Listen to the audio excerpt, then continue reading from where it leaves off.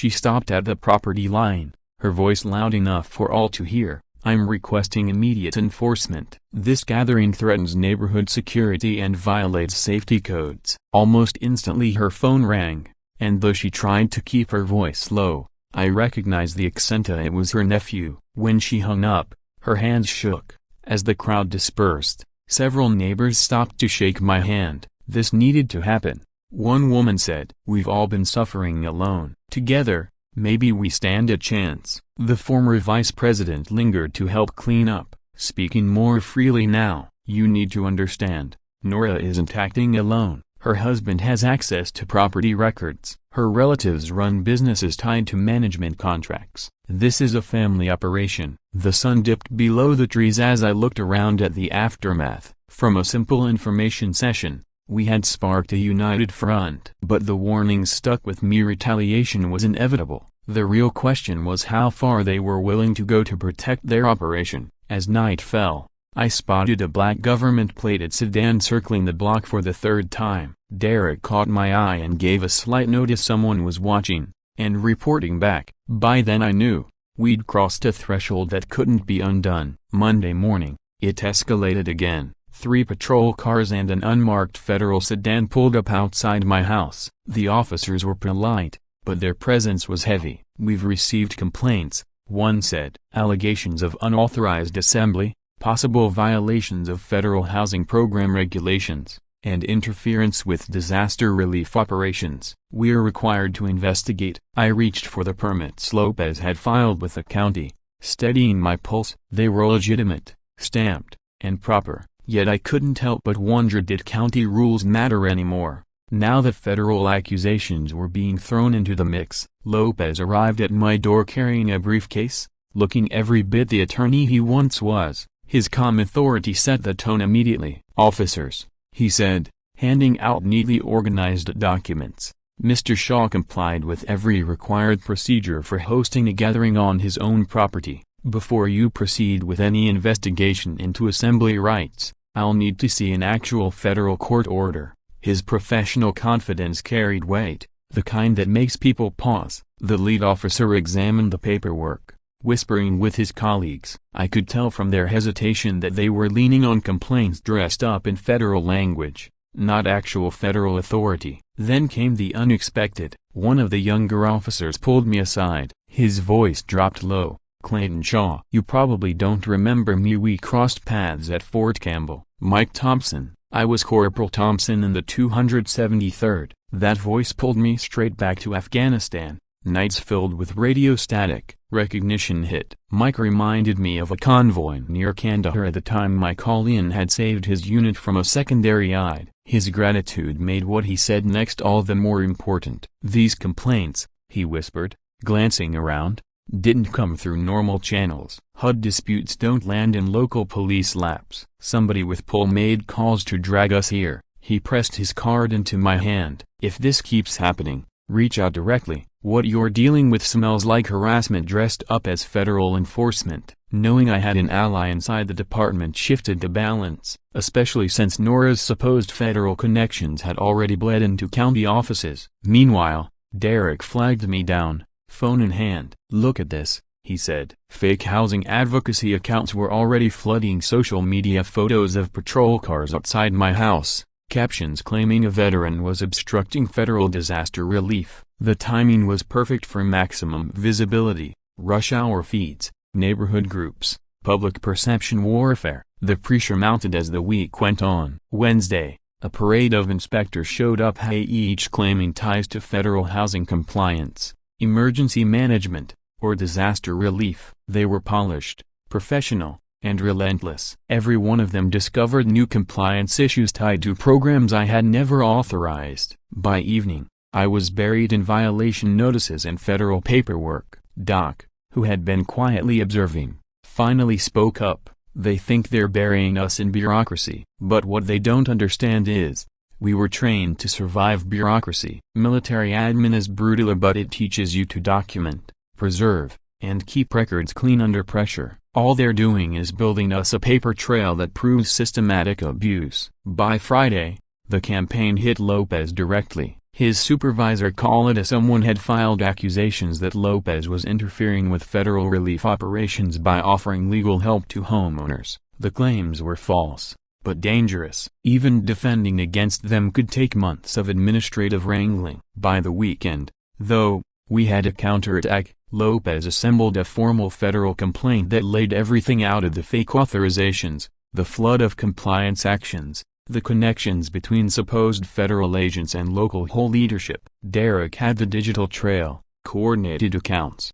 synchronized misinformation campaigns. Doc built a timeline showing the harassment spike right after our community meeting. Late Sunday night, my phone buzzed. It was Mike Thompson. His voice carried the weight of bad news. "You need to know Nora has been calling federal agencies directly. She's painting your organizing as interference with disaster relief. She's framing it as anti-government activity, which means it's being flagged for domestic monitoring. You're on their radar now." And then came Tuesday. A white van with government plates parked across from my house. Two men stepped out wearing lanyards with official-looking IDs. Cameras already out. They stationed themselves in plain view, photographing my property and anyone approaching. When Derek asked who they were, one of them cut him off sharply. "We're conducting compliance monitoring for disaster relief housing programs. Anyone interfering needs to present valid identification." Lopez wasn't buying it. He called the Inspector General's office on the spot,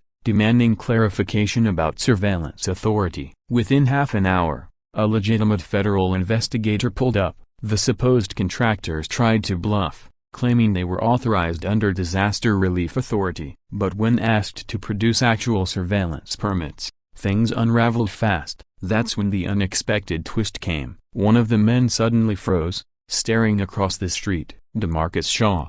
He called out to Big G, "It's me, Tommy Miller. We worked together in Fallujah, Blackwater days." Big G narrowed his eyes, recognizing the voice. "Tommy, I thought so. What the hell are you doing running fake compliance ops for suburban property disputes?" Tommy's confidence cracked. "Brother, I didn't know. I thought this was legit. Nobody said it was about running veterans off their land." He pulled his partner aside for a heated exchange. When they returned, Tommy looked like a man realizing he'd been used. "We're out. This is fraud. My company doesn't touch fake federal authority. We do real security contracts, not this." He packed up their gear, fired off an email to his compliance department, and left. Almost immediately, Derek's phone blew up with alerts. The entire exchange had been recorded and posted across federal watchdog forums. The footage showed everything: a Tommy recognizing Big G, refusing to play along, and calling out the fraud. And this time, it wasn't Nora's people pushing the narrative. These accounts were pro-transparency, exposing the abuse. Someone else had been watching and now they were broadcasting the truth. The video exposing the fake federal authority spread fast. Within hours, it was being shared on a federal contractor oversight forum with thousands of members watching closely. That's when my phone rang and the call changed everything. The number carried a federal law enforcement area code. "Mr. Shaw," the voice said, "Command official, this is Agent Patricia Williams, FBI Federal Program Integrity Division. We've been tracking unusual disaster relief activity in your area. We'd like to meet and discuss what you've witnessed." It wasn't about Nora's wild terrorism accusations. They weren't calling to investigate me, they were already pursuing the fraud that lay beneath the fake disaster relief scheme. Williams explained, "We've been following a pattern of organized program abuse aimed at military families, especially during deployment. Your case fits into a much larger federal fraud investigation." When we met, she looked every bit the professional, sharp, precise, carrying binders of evidence collected over months. She laid it out clearly: diverted disaster relief funds, fraudulent compliance fees, relatives laundering money through shell businesses. The operation wasn't small. It stretched across states and military housing, pulling in millions. And right in the center of it all, our HOA president. She had been running the scam for more than 3 years, targeting deployed service members who weren't home to challenge fake authorizations. The turning point, Williams said, had come from our own neighborhood. When residents shared records and concerns during our community gathering, It gave investigators corroboration they couldn't get from financial data alone. Lopez's earlier filings had flagged the situation, but the community's evidence pushed it into action territory. Ironically, every harassment tactic, letters, inspectors, phony compliance notices had helped build the federal case. That Wednesday, the neighborhood transformed. Derek filmed from across the street as unmarked vehicles rolled in. Agents carried out box after box of seized records. The same HOA president who had once threatened me with federal violations was now led away in handcuffs. But the most satisfying moment was tomorrow when a certified locksmith, working under real federal authority, arrived to undo every lock and digital system the fraudsters had tampered with. Big G oversaw the reset. Derek wiped compromised smart devices. Doc worked with agencies to terminate false services. One by one, the fake barriers came down. Nora hadn't just trapped me, she trapped herself. Federal investigators moved swiftly, arresting her husband at the assessor's office, her sister-in-law at the cleaning company, and her nephew the one running the fake housing site Isa at his apartment, surrounded by fraudulent listings across 3 states. By dusk, the neighborhood looked like a federal crime scene, because that's what it was. They had called us terrorists. We called the FBI. 6 weeks later, the news broke wide. Nora and 6 family members indicted on racketeering charges, facing 10–20 years each, their assets frozen, restitution proceedings underway, and veteran advocacy groups preparing to distribute recovered funds to defrauded families. The numbers were staggering. Over $2 million stolen, a network of fake programs in at least a dozen states, always targeting service members away on deployment. Inside Nora's house, investigators found $50,000 in cash and a database of active-duty military with deployment schedules. Proof this was more than greed. It was calculated exploitation. Prosecutors promised full restitution through asset recovery, though the process would take 18 to 24 months. In the meantime, lawmakers began drafting protections to keep this from happening again. As for the neighborhood, the change was immediate. Fake accounts vanished overnight once servers were seized. Harassment letters stopped. County inspectors stopped showing up with bogus complaints. Neighbors who'd been afraid to speak started sharing their own stories. At an emergency meeting, the HOA voted in a new president unanimously. The team that had stood with me returned to their lives. Derek back to consulting, though he upgraded several neighbor security for free. Lopez,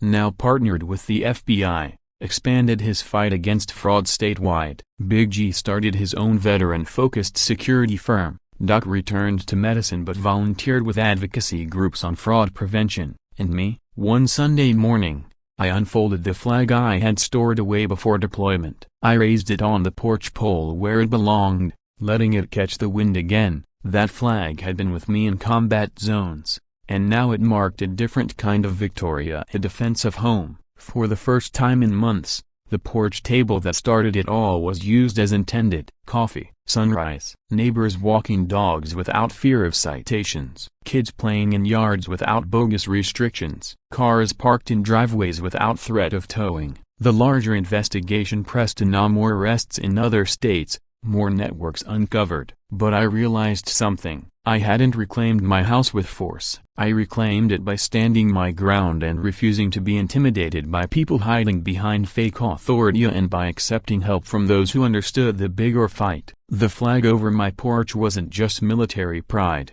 It was a reminder that freedom isn't only defended abroad, it must be guarded right here at home. And as Agent Williams later told me, our case wasn't isolated. The same scheme was found in at least 12 other states, built on hijacked HOAs and targeted at military families. A task force now exists to shut them down. For once, it felt like someone higher up was finally listening. Protecting service members isn't charity, it's national security. This was one house, one fight, one scam exposed. But there are others. If they can fake a system this big, we need to speak louder than they do. So I'll ask you, what struck you most about this story? What hit hardest? Drop it in the comments. And if it mattered to you and you want to hear more, you hit the thanks button. Porch lights on. Yeah, stories like this are just beginning. They threw a birthday party in my house, and I didn't even know these people existed. I'd just gotten back from deployment,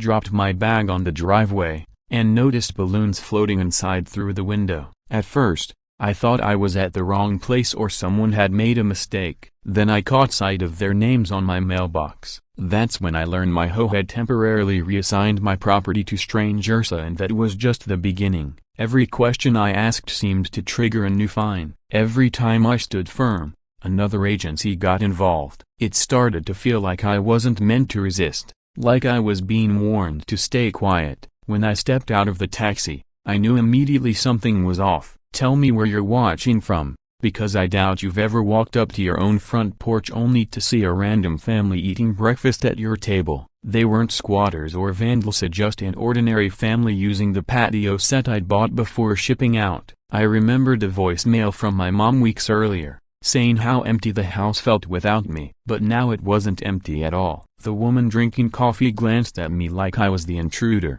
Her husband folded his paper and gave me a protective stare, the kind you'd give someone threatening your space. Then the front door opened, and out stepped Nora Whitman. She was 55, silver hair pulled tight into what my mom always called a power bun. She'd been HOA president since before I bought the place 3 years ago, always sending notices about garbage can placement and fence height. But today she carried herself differently, like she owned more than just her opinion. "Sergeant Shaw, back earlier than expected," she said. The words made my skin crawl. Not welcome back, not thank you for your service, just a cold acknowledgement that I disrupted her schedule. She pulled out a fat manila folder and handed me a property management contract. At the bottom was my supposed signature, it dated the week I'd processed for deployment at Fort Bragg. The paperwork claimed someone had used my military power of attorney to authorize the HOA to manage my property as emergency housing while I was overseas. The family at my table weren't trespassers, they were hurricane victims placed here through federal disaster relief. Nora studied my face,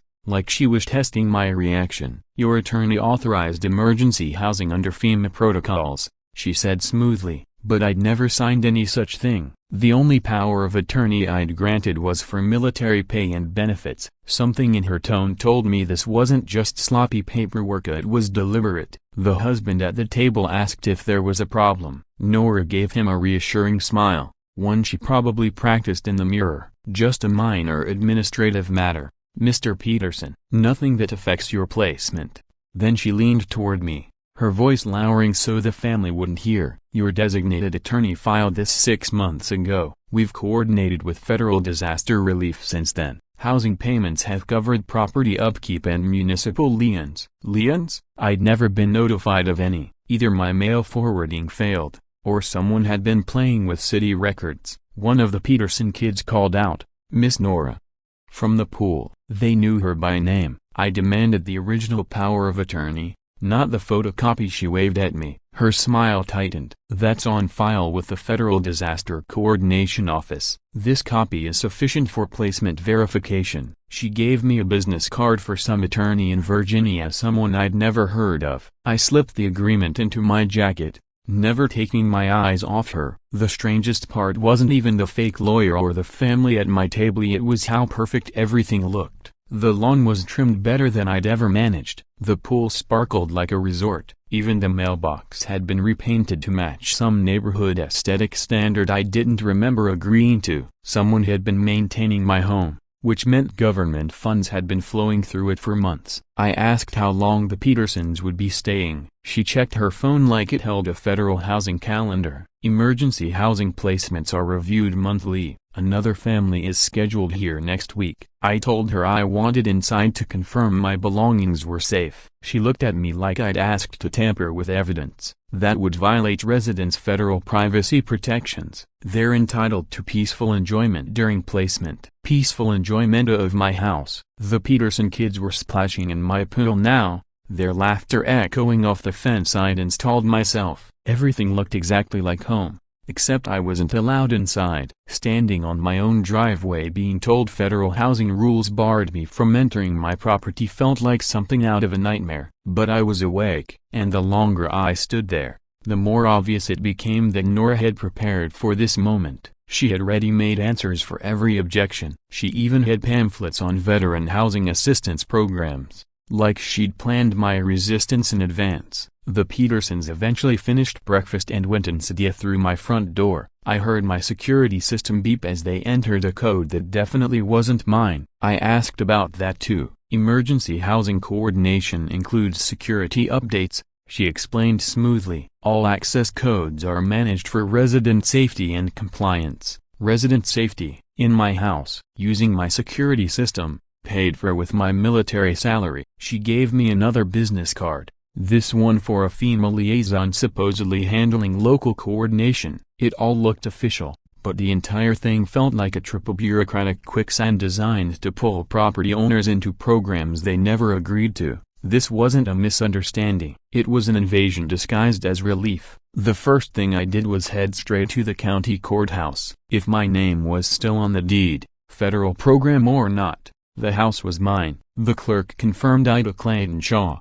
sole owner, bought 3 years ago with a VA loan. No liens, no easements, no federal agreements. The deed was spotless. But then I asked about municipal liens. That's where it got messy. Someone had filed property maintenance violations and code infractions that had been converted into liens totaling $8,000 old during my deployment. Either the city was ticketing a house occupied by federally placed tenants, or someone was deliberately. It became clear someone was fabricating municipal paperwork to justify the whole scheme. I drove back to the neighborhood and parked across the street, just watching. The Petersons moved around like they were the rightful owners. Mrs. Peterson watered flowers on my porch. Her husband tilted the patio umbrella so he could enjoy a cold beer in better shade. Their kids turned my backyard into their private playground. Later in the afternoon, a white sedan pulled into the driveway. A woman I didn't recognize knocked on the door. Mrs. Peterson answered,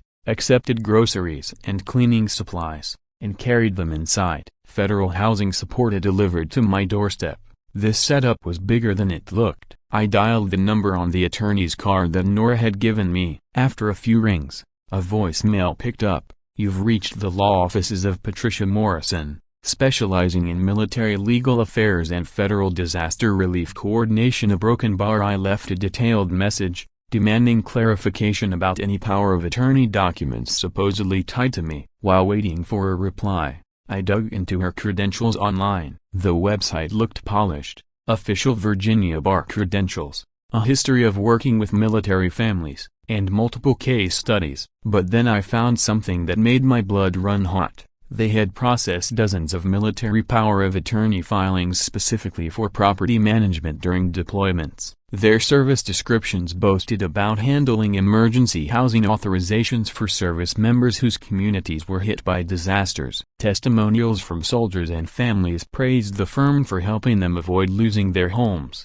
One case study even mirrored my own circumstances almost word for word. A Sergeant Thompson had supposedly authorized emergency placement at his home after Hurricane Florence. I immediately began taking screenshots of everything of the service breakdowns, fee structures, FEMA partnership claims, and local authority liaison protocols. Buried in the payment section was the kicker. Families were billed monthly for federal compliance management and housing coordination. Some cases paid $600 a month, others around $450. For what? My mortgage and HOA dues were the only recurring payments I'd ever approved. Yet, here they were, collecting federal money in my name. Around 6 that evening, my phone lit up with a Virginia number. The woman's voice was cool and professional. This is Patricia Morrison regarding the Shaw property authorization. I asked her directly what documents she had on file. There was a pause before she replied.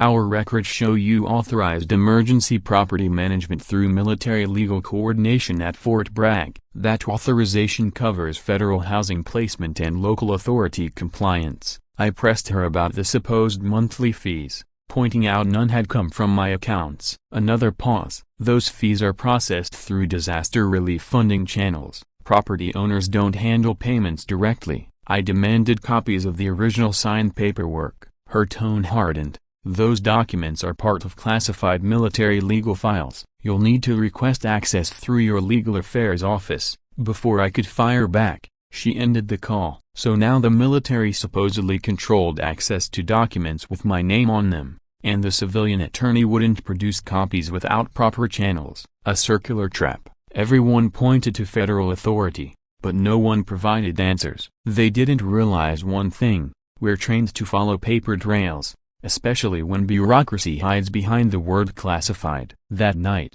I sat in my truck down the street, watching. The Petersons ordered pizza, the driver delivering straight to my front door like it was routine. Later, the same white sedan returned to collect what looked like compliance paperwork. By 11 p.m., a government vehicle pulled into my driveway, something out of a federal fleet. People stepped out with clipboards, inspecting the property like it was a scheduled audit. How many agencies were embedded in this? How long had my house been listed as part of a federal housing network? Without me ever knowing, I needed backup as someone who understood systems and red tape. I scrolled my phone until I landed on Derek Ford. He picked up on the second ring. "Shaw, thought you weren't back till next month. What's going on?" I laid it all out like a mission briefing. Derek was the best at recognizing networks and patterns. His response was immediate. "That's organized fraud, brother. You can't fight it alone." Within an hour, he'd already contacted others. Around midnight,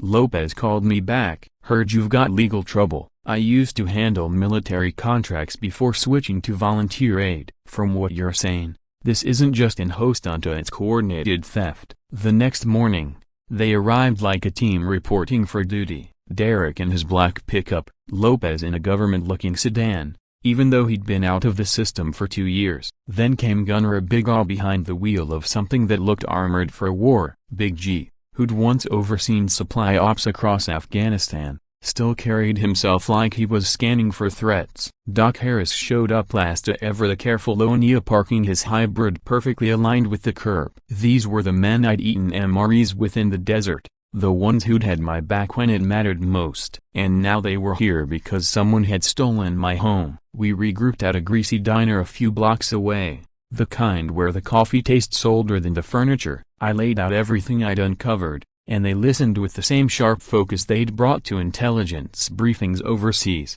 Derek pulled out his tablet, tracing the company's digital fingerprints. Website was registered less than a year ago. Business license even newer. This whole outfit was built for your deployment window. Lopez sifted through the paperwork like a seasoned lawyer dissecting a predatory contract. This signature work alone is enough to push federal property theft charges. Big G had stayed quiet, but when he finally spoke, it was with the weight of someone who'd seen too many injustices. "So, what's the plan? We really gonna let some suburban scammer steal a soldier's house while he's overseas?" Doc leaned back, staring at the ceiling as though he was lining up a shot. "The question isn't if we help him, it's how, without giving them anything to use against us later." These weren't hot-headed kids looking for a fight. They were seasoned operators who knew that applying the right kind of pressure in the right places could accomplish what courts and cops couldn't. Still, doubt gnawed at me. What if this backfires? What if I lose everything just because I refuse to check into some hotel?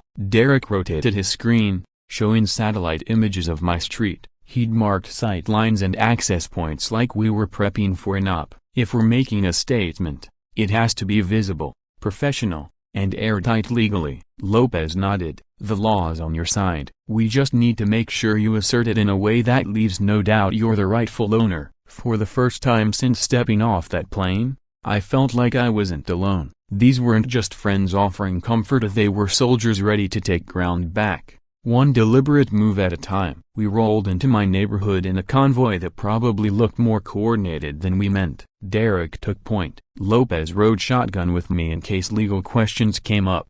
Big G brought up the rear with Doc beside him. We pulled into my driveway like we were reclaiming a forward operating base. The Petersons were packing their car, but they froze when 4 vehicles parked with military precision. I strode to the front door while the others fanned out, not threatening, just making it clear the balance had shifted. Curtains twitched. Doors cracked open. Neighbors peeked out, phones in hand. Lopez hammered a stake into my yard with a clean, official-looking sign. "Property temporarily secured by rightful owner." Derek documented every angle with his camera. The effect was immediate. Mrs. Henderson next door suddenly needed her mail. Mr. Valdez across the street washed an already spotless car. A jogger slowed to a walk, looped back, and passed again, staring at the scene. Without saying a word, the message spread. We were within our rights, and we weren't leaving. Around noon, Nora's car appeared at the end of the street,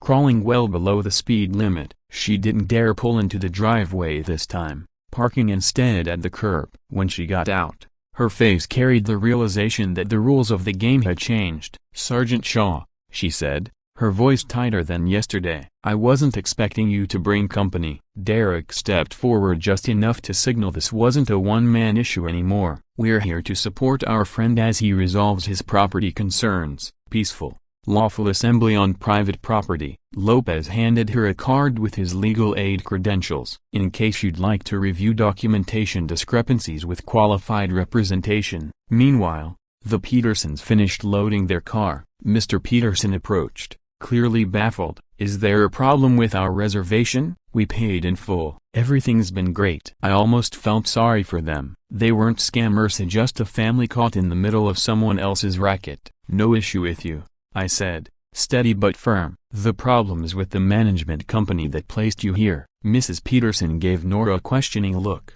clearly expecting some kind of explanation. Nora forced a smile that looked more like it was stapled onto her face than genuine reassurance. "Everything will be resolved shortly," she said. "Thank you for choosing our services." When the Petersons finally drove off, it was just the five of us standing in my driveway, facing Nora like a standoff was about to unfold. She quickly pulled out her phone, muttering into it for half a minute. I couldn't make out the words, but her posture told the story as she was reporting up the chain, not calling the shots. When she hung up, her expression carried the smugness of someone who'd just been told reinforcements were on the way. "I'll need to speak with my legal team before we continue," she said. Lopez smiled at her calmly, the way someone does when they've seen this play before. "Of course. That's your right. In the meantime, we'll be here, ensuring Mr. Shaw's property remains secure." Nora's eyes narrowed. "You're not the first to try this," she said quietly. That's when I learned something about Lopez I hadn't known overseas. After leaving the military,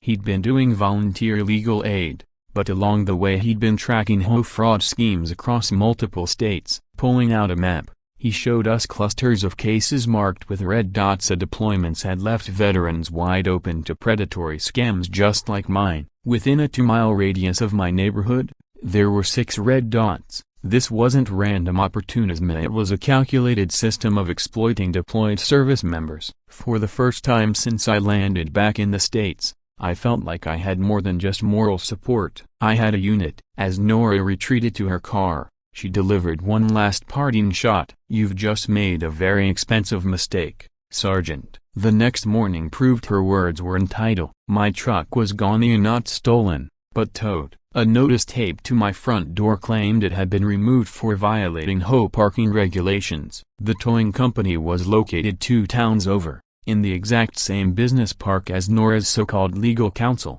Big G immediately offered to drive me there, though I could see the anger simmering in him. His clenched jaw told me he wanted to solve this the way we used to solve problems overseas, and I had to calm him down before he did something they could use against us. The escalation was deliberate, death by 1,000 cuts through bureaucracy. Derek had been digging into Nora's background overnight and connected the dots. Her husband worked at the county assessor's office. Her sister-in-law owned a cleaning business tied to several property management firms. Her nephew handled IT for small businesses, including a few suspiciously linked companies. It wasn't just an HOA, it was a family operation, built on exploiting absent military homeowners. Lopez examined the towing notice with surgical precision. "These regulations don't exist in your HOA charter. They've been making things up and altering documents after the fact." Sure enough, when he compared my original charter with the one now on record, it was filled with new clauses inserted long after I purchased my house. I called the towing company. A bored woman recited the script like she'd said it 100 times. "Vehicle removed under HOA authority. Fee is $250 plus $50 a day storage." When I pressed for proof of their authority to tow from private driveways, I got transferred to a manager who never picked up. 15 minutes later, the line went dead. This was weaponized red tape. They weren't physically breaking in, they were trying to paper me out of my own home. I'd covered stories like this in uniform, But living it was different. Paying storage on my own truck, stolen from my driveway under fake rules. Cut deeper than I expected. Doc insisted we document everything in case this went to criminal court, but I started doubting whether the legal system was built to handle this level of coordinated fraud. These people had ties, resources, and experience. How many other veterans had been steamrolled the same way and never fought back? I barely slept that night, chest tight with frustration. By noon the next day, round 2 hit. A registered letter demanded $25,000 in damages for unauthorized residential occupation and breach of guest services agreements. The law firm listed was another shell in the same business park as Noor's other contacts. "They're building a paper trail to paint you as the aggressor," Lopez said, scanning the letter. "Classic intimidation. Make it cost more to fight than to surrender. But military training teaches you to recognize psychological warfare." This was their bluff, and I wasn't blinking. Doc reminded me I had a choice: either cut my losses and move somewhere else while the system ground on, or dig in and fight through the harassment. For me, it wasn't really a choice. I'd faced worse odds in worse places. I told Lopez to draft a counter. We were pursuing criminal charges for theft, fraud, and conspiracy. Later that afternoon, a neighbor caught me at the mailbox. She whispered nervously, "I support you, but I can't get involved." They did something similar to a family a couple streets over last year. Not long after, code enforcement showed up, responding to complaints about unpermitted structures and illegal modifications. The inspector was professional but clearly working from a prepared script. He photographed my fence, my pool equipment, even my mailbox. Everything had been perfectly legal when I bought the house, but now it was being reinterpreted as violations. Derek followed him with his own camera, documenting every move. He'd already intercepted a file showing these citations had been scheduled in advance. "This isn't random," he muttered.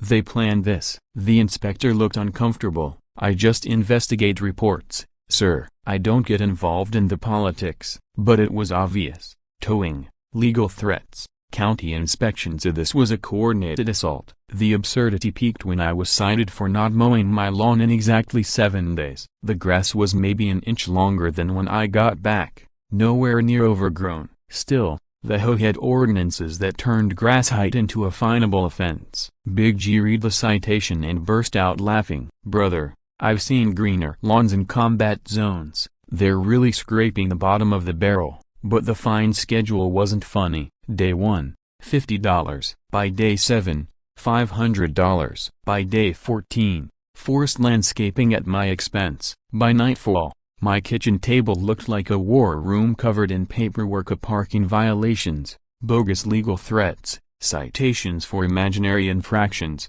and letters from law firms that probably only existed on paper. Lopez spread them out like he was prepping evidence for an international tribunal. "The good news is, this much harassment actually strengthens our case. The bad news is, they're clearly prepared to push until you crack." I stared at the pile of official-looking documents and felt the weight of what was coming next. I stared at the growing pile of documents, but instead of breaking under the pressure, my resolve only sharpened. They thought cornering me would make me fold, but cornered people don't always collapse, they fight back. And I wasn't just anyone. I'd been trained to push harder when the pressure mounted. Instead of answering their escalation with more aggression, Lopez suggested a different strategy, a community information session. "Knowledge is a weapon too," he said. "We designed simple flyers inviting neighbors to an open discussion about homeowner rights and HOA disputes, keeping everything above board." Derek spread the word online and on community boards,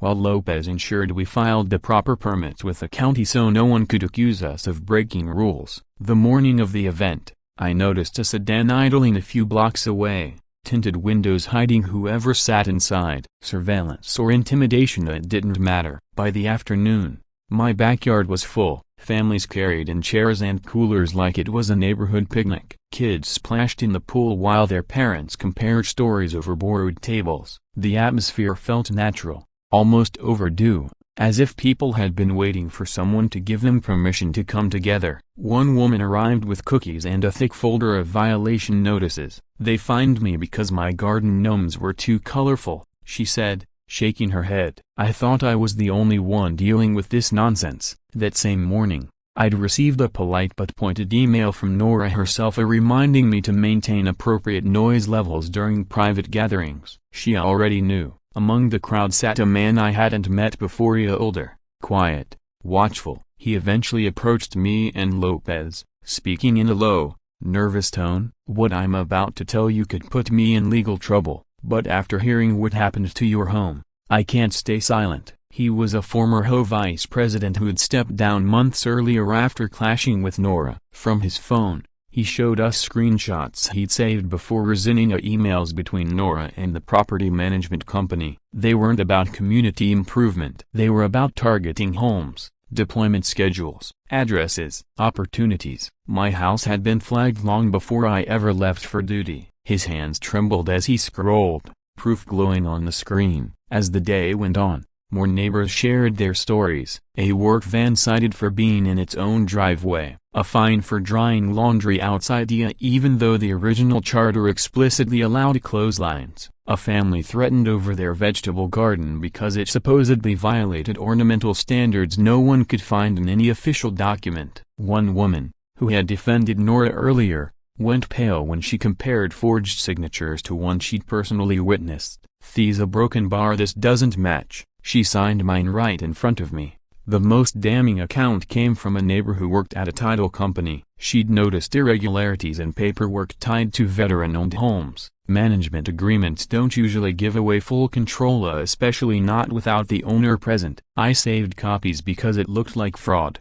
Then she dropped the heaviest truth of the day. "I was their first victim. 2 years ago, while I was out of state caring for my sick mother, they threatened to ruin my professional license if I spoke up." By then, Lopez's notepad was nearly full of names, dates, cases, violations. "This isn't isolated," he told the group. "This is systematic abuse of authority." HOAs are meant to protect standards, not hijack private property for profit. Neighbors wanted to know if they could fight back legally. Lopez handed out his legal aid cards, assuring them there were options, especially if they acted together. Meanwhile, Derek noticed something online. While our meeting was happening, fake accounts were posting complaints about a disruptive gathering in the neighborhood. Right then, Nora's car rolled slowly down the street. She didn't dare park in my driveway this time, only at the curb.